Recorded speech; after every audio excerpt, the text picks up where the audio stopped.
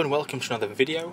In this video we're going to be talking about noise reduction and how you can use that to improve the quality of your audio recordings even if there's a lot of background noise.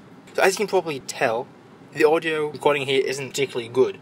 It's raining outside, there's a fan here, and you can occasionally hear cars driving by.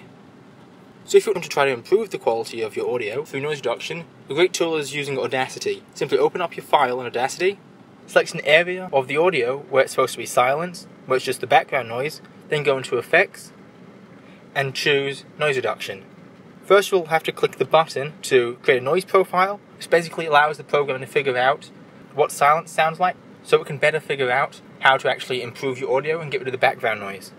So as soon as you've created a noise profile, then either select all the audio by going Control A, or just select the part of the audio you want to perform noise reduction on, and then go back into Effects, Noise Reduction, and then this time you'll actually have to do the noise reduction.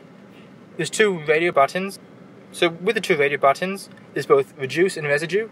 You'll want it set to reduce to be able to get rid of all the background noise. So if it's not already selected, click the radio button to select it, and then just click OK, and noise reduction will be formed, and voila! Better sounding audio.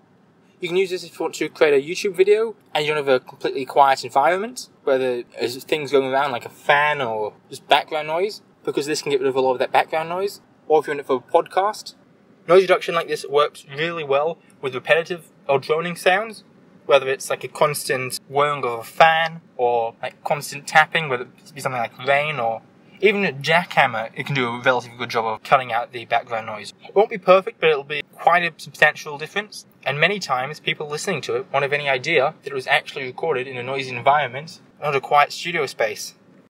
So that's all for this video. If you liked the video, don't forget to like the video, comment down below what you thought, and subscribe if you want more videos like this.